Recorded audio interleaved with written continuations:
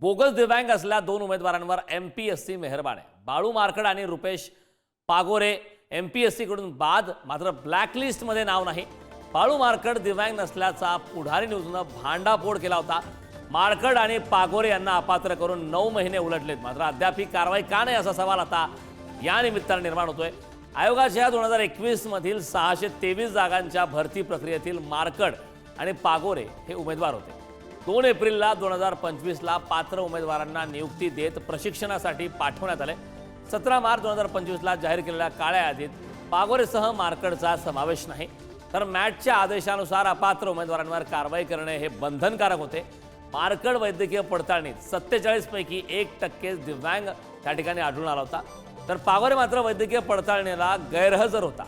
Balu marked तहसीलदार तर रुपेश पागोरे हा उपजिल्हाधिकारी होणार होता। मार्कड आणि पागोरे यांना अपात्र करून 9 महिने उलटलेत, मात्र अद्याप ही कारवाई का नाही असा सवाल निर्माण होतोय। मार्कड हा मूळचा सोलापूरचा असूनही आधार कार्ड खोटे बनवून नाशिकचा असल्याचं भासवलंय। नाशिकच्या जिल्हा रुग्णालयाने एकापेक्षा अधिक असे 47% दिव्यांग प्रमाणपत्र दिले होते। मार्कडला प्रमाणपत्र देणाऱ्या नाशिकच्या जिल्हा रुग्णालयातील डॉक्टरांवर कारवाई कधी होणार? बाळू मार्कडसह रुपेश पागोरेवर कुणाचा बर्दास्त आहे असा सुद्धा प्रश्न आता या निमित्ताने निर्माण होतो। तर नेमके संपूर्ण प्रकरण काय ते एकदा आपण पाहणार आहोत ग्राफिक्सच्या माध्यमातून। आयोगाच्या 2021 मधील 623 जागांच्या भरती प्रक्रियेत मार्कड पागोरे हे उमेदवार, दोघांनीही दिलेल्या दिव्यांग प्रमाणपत्रावर इतर उमेदवारांचा मात्र आक्षेप आहे। मॅटच्या आदेशानुसार सर्व उमेदवारांची वैद्यकीय चाचणी पुन्हा घेण्यात आली। बाळू मार्कड 47 पैकी केवळ 1% दिव्यांग असल्याचं समोर। पागोरे वैद्यकीय पडताळणीवेळी अनुपस्थित राहिले। बाळू मार्कड तहसीलदार तर रुपेश पागोरे हा उपजिल्हाधिकारी होणार होता। दिव्यांग नसल्यानं समोर आल्यानंतर दोघांनाही अपात्र ठरवण्यात आले। 17 मार्च 2025ला जाहीर केलेल्या ब्लॅक लिस्टमध्ये मात्र दोघांचंही नाव नाही। पात्र उमेदवारांची भरती प्रक्रिया 2 एप्रिल 2025ला पूर्ण झाली। मार्कड पागोरे हे अपात्र ठरलेत, मात्र कारवाई का नाही असा सवाल आता उपस्थित होतो। अशी माहिती समोर आली आहे। या संदर्भात ताजी अपडेट देण्यासाठी आपले प्रतिनिधी किरण ताजने आपल्या सोबत जोडलेले आहेत। किरणकडे मी जाणार आहे। किरण, आपण पाहतोय धक्कादायक अशी आकडेवारी आहे, धक्कादायक अशी माहिती आहे, फसवणुकीचा प्रकार समोर आलाय, मात्र अपात्र करून अद्याप 9 महिने उलटलेत, अद्याप कुठली कारवाई नाही, काय सांगतील सविस्तर?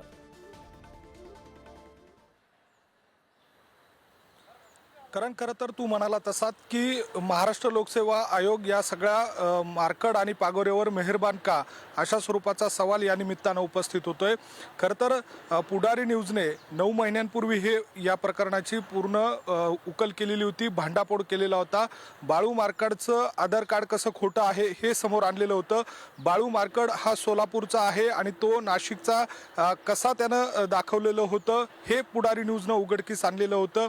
आणि एकूणच जर बघितलं तर बाळू मार्कडला देणारे जे दिव्यांग प्रमाणपत्र होते त्यांच्यावर कारवाई कधी अशा स्वरूपाचा सवाल देखील उपस्थित केलेला होता।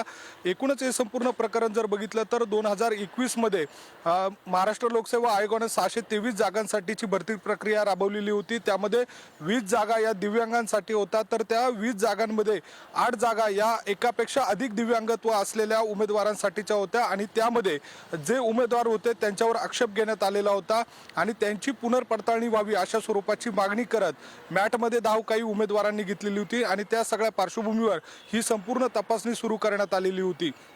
यामध्ये बाळू मार्कडची नाशिकच्या उपसंचालक कार्यालयामध्ये तपासणी करण्यात आलेली होती। त्या ठिकाणी त्याचं दिव्यांगत्व जे आहे ते अवघे 1% असल्याचं आढळून आलेलं होतं। त्याला प्रमाणपत्र त्याच उपसंचालक कार्यालयाच्या अखत्यारीत असलेल्या जिल्हा रुग्णालयानं 47% प्रमाणपत्र दिलेलं होतं। त्यामुळे बाळू मार्कडचा भांडाफोड पुढारी न्यूजनं केलेला होता। त्यानंतर त्याला महाराष्ट्र लोकसेवा आयोगानं बाद देखील केलेलं होतं। आता मात्र जी काळी यादी जाहीर केलेली आहे 17 मार्च 2025ला, त्यामध्ये त्याचं नाव येणं स्वाभाविक होतं।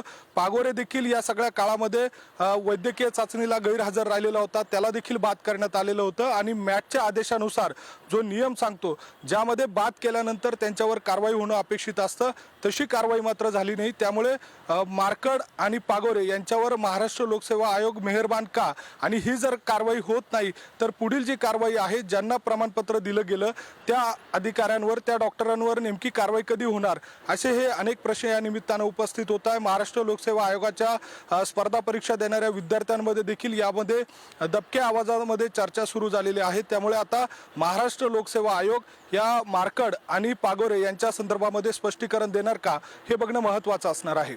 करण, अगदी किरण, प्रदीर्घ अशा कालावधीच्या नंतर सुद्धा अद्याप सुद्धा कारवाई का नाही, हा प्रश्न निर्माण होणं स्वाभाविक आहे. खूप खूप धन्यवाद या महत्त्वपूर्ण अशा माहितीसाठी.